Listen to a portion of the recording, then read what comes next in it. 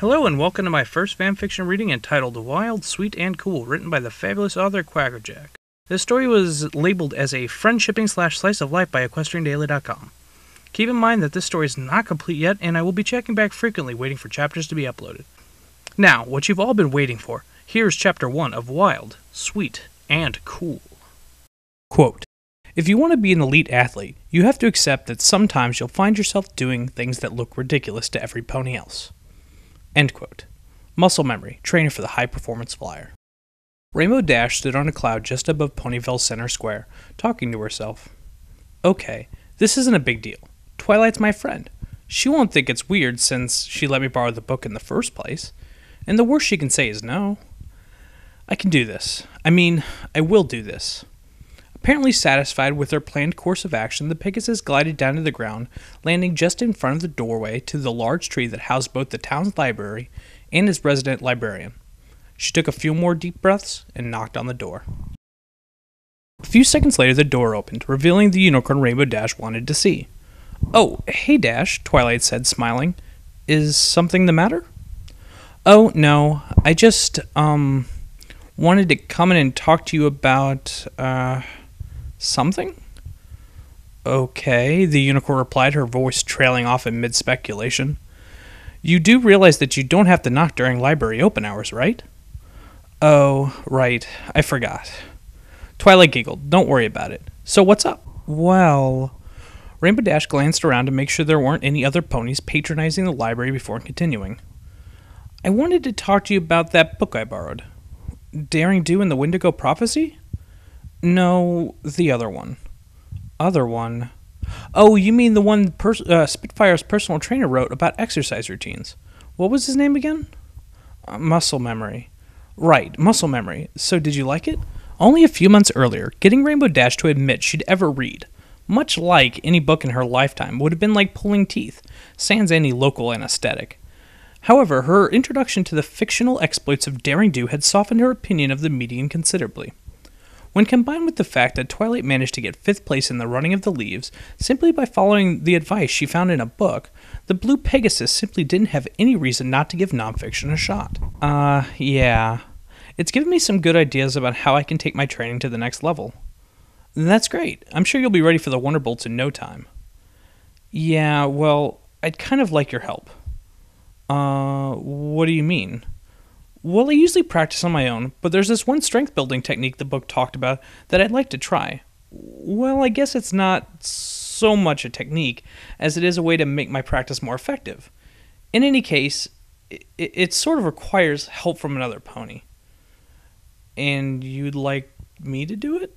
Rainbow Dash averted eye contact with Twilight as she nervously dragged a blue hoof across the library floorboards. Yeah, I guess." The unicorn, however, smiled.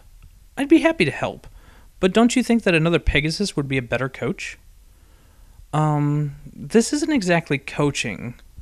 Well, I suppose it's sort of like that, but you'd be a lot more hooves on, I guess. More like a training partner, actually."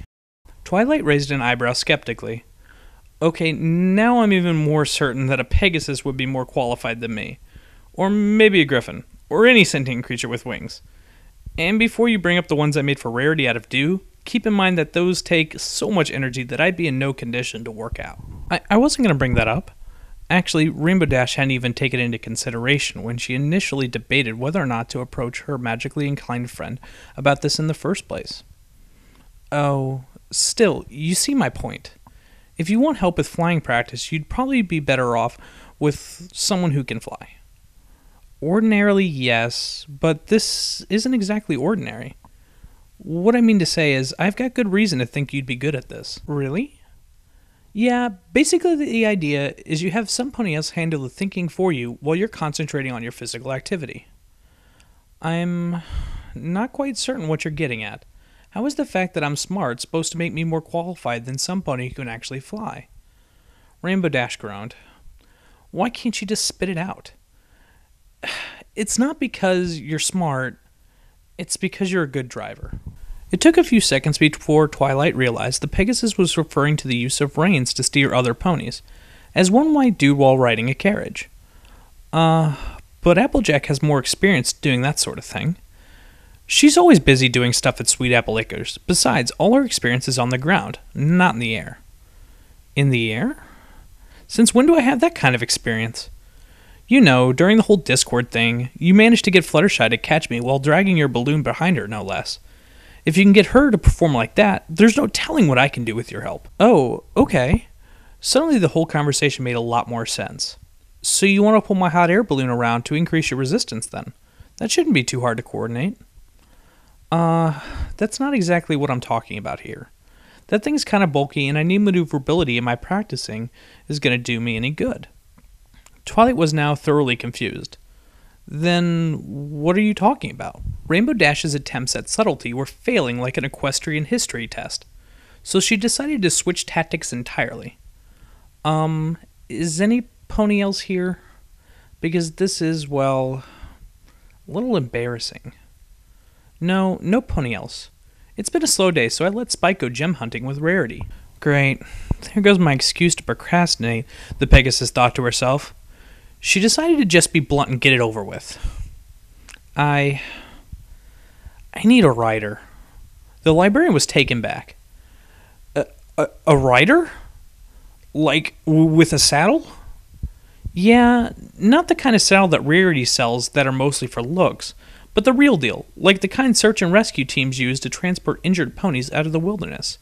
Except in this case, you'd be using a saddle specifically designed for riding Pegasi. Twilight still seemed to be processing her friend's request. Rainbow Dash, I've never done anything like riding another pony before. I'm not certain I'm up to it. But the way I see it, that's actually a good thing. See, muscle memory says that the hardest part about riding Pegasi is that it's totally different from riding any other ponies. But you shouldn't have any problem since you haven't forgotten how to do it in the normal way. Dash? That doesn't make a lot of sense. Well, you'll be fine. The saddle came with instructions on how to do everything. Came with instructions? Dash, are you saying you've already gotten one of those things? Well, yeah, I mean, it wasn't cheap, but muscle memory says that Spitfire totally swears by the brand. I don't know, this sounds kind of dangerous. It's completely safe. Well, I mean, maybe it's not technically completely safe, but it's close enough. The saddle's designed to make sure you don't fall off, even if I go upside down. Besides, you're my friend. It's not as though I'm going to let anything bad happen to you. Twilight, however, still seemed unsure. It seems pretty risky. Maybe. But on the plus side, you'll have the experience of flying with the future star of the Wonderbolts. And when I'm famous all over Equestria, I'll make sure that every pony knows that you helped me to get where I am. I mean, where I'll be. How selfless of you, came the flat reply of the current protege of Princess Celestia. Rainbow Dash seemed to sense that it was time to make a final push. Come on, if you do this for me, I'll... The Pegasus racked her brain, trying to figure out how to best sweeten the deal. I'll do some sort of library book thing for you? Twilight brought her hoof to her chin as she considered this offer. Well, I have been meaning to convert the library from hexadecimal classification to the Library of Canterlot system. Great, I'll do that. That's going to mean replacing the spine labels on every single book. No problem. And then reorganizing and reshelving every one of them. That's fine. And I'm going to be really nitpicky since this is actually what I get paid to do for a living. The thought of knowingly going into a situation where she'd be dealing with Twilight Sparkle's perfectionism head-on set a chill down Rainbow Dash's spine. But she nodded anyway. I can handle that, I think. And we'd have to do it during a single weekend. The Pegasus swallowed hard. That's okay. It's fine. Sign me up. Sometimes sacrifices needed to be made in the pursuit of greatness. Twilight was really taken back by this. She'd only been half serious, but it seemed as though Rainbow Dash was dead set on getting her help. This is really important to you, isn't it? Of course. This could give me the edge I really need to get the Wonderbolt's attention. The unicorn sighed. I'm not entirely sure about this. Please? A week later, the two ponies stood in an isolated field outside of Ponyville, with a small cart containing a large, unmarked cardboard box nearby. Getting the cart out here had taken some effort, since Rainbow Dash had insisted that the practice take place far from many roads, and the grassy fields didn't exactly have the most even surface for draft work, particularly for any pony who didn't do that sort of thing on a regular basis. When Twilight later asked why she couldn't have just levitated it for her, the Pegasus responded by smacking her hoof against her forehead. Still, it was a very pleasant day. After all, the pair had chosen that day precisely because there weren't any clouds or strong winds scheduled for the Ponyville area that afternoon. Rainbow Dash was visibly excited, already doing small loops in the air. This is going to be so awesome! You're not going to regret this, Twilight. The unicorn seemed less inclined to share in the unbridled enthusiasm. Why did I agree to this again? Because you're my friend, and this is important to me, and I used the sad puppy face. That was a rhetorical question, Rainbow Dash. Whatever. The important thing is I'm about to step up my training to the whole new level. And I'm glad I found that spell. What, a spell? For what? For reducing my terminal velocity. Basically, it's a variation on the standard levitation spell used on the caster's body to slow it down in freefall. You need to have a lot of raw magical power to even pull it off, but I'm almost certain I can. So if you fall, there's no problem. No. If I fall from the altitude you do most of your tricks at, there's no magic in the world that would let me walk away from the crash. Basically, this spell is the difference between ending up in a hospital bed and ending up in a coffin. Assuming I've got it right, that is. Well, trust me, it's all a moot point. Moot. Excuse me? It's moot point, not mute point. Whatever, it doesn't matter, because the saddle has a lifetime warranty. Does it cover hospital bills, or just the cost of a new saddle? Will you quit worrying? It's going to be okay. Look, how about this? We don't go any higher than the deck of the top of your tree. You can't be worried about falling from that far up, or you'd never use it, right? Well, that sounds reasonable, I guess. Awesome, then let's get started. Rainbow Dash opened the box to reveal her purchase. A brand new Pommel 4-point fitness saddle system, mostly made of naga hide, a magically reinforced synthetic material said to be as resistant as the skin of a long-extinct reptilian creature. According to the ad campaigns, anyway. Twilight was stunned. Pommel horse? Dash, this is one of the most expensive brands of fitness gear on the market. I know, this baby set me back almost 400 bits. But that's so much money. What do you want me to do? Risk your life by using substandard equipment? I don't think so. Besides, muscle memory says that this is the gear Spitfire uses, so it must be worth the money. Well, I suppose I can't object to you wanting me to stay safe. Great. Then help me get this stuff on. Being much more complicated than a standard saddle, the Pommel Horse 4-point fitness saddle system was unsurprisingly quite a bit more difficult to actually saddle. Multiple times, Twilight found herself wondering how two ponies were expected to use this thing if one of them didn't know how to use magic to levitate several items at once. Since all the extra straps meant there was a lot of coordinated cinching needed to ensure that the saddle wasn't crooked. Like every other saddle Twilight had ever seen, this one was situated on the back of the pony being ridden, or flyer to use the appropriate term in this context.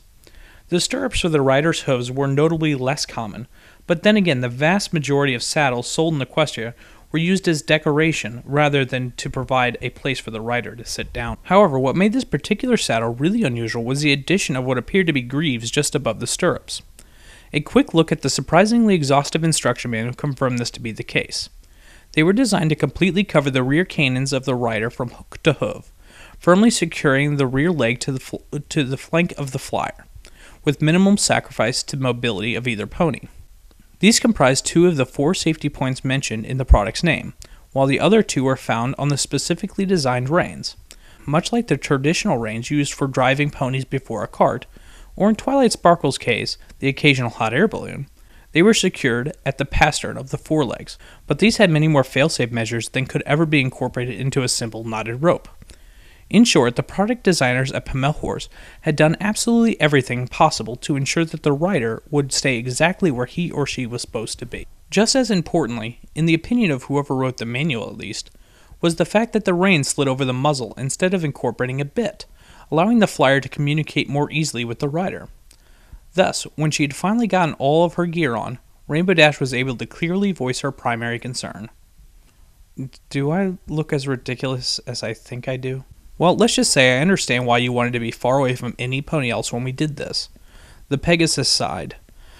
The things I do for the Wonderbolts. Twilight chuckled. It isn't that bad. When your wings are down, they cover the greaves, so the saddle almost looks normal. Almost? Well, maybe if you've gotten a different shade of brown instead of black, it would have looked more inconspicuous. Hey, this is the only color they had in my size. The unicorn sighed. If it's any consolation, I'm sure I'll look just as silly once I'm all strapped in, too. Speaking of which, we haven't got all day. Somewhat reluctantly, Twilight Sparkle climbed onto her friend's back. Well, the saddle's comfortable at least, she remarked absently as she secured her rear legs.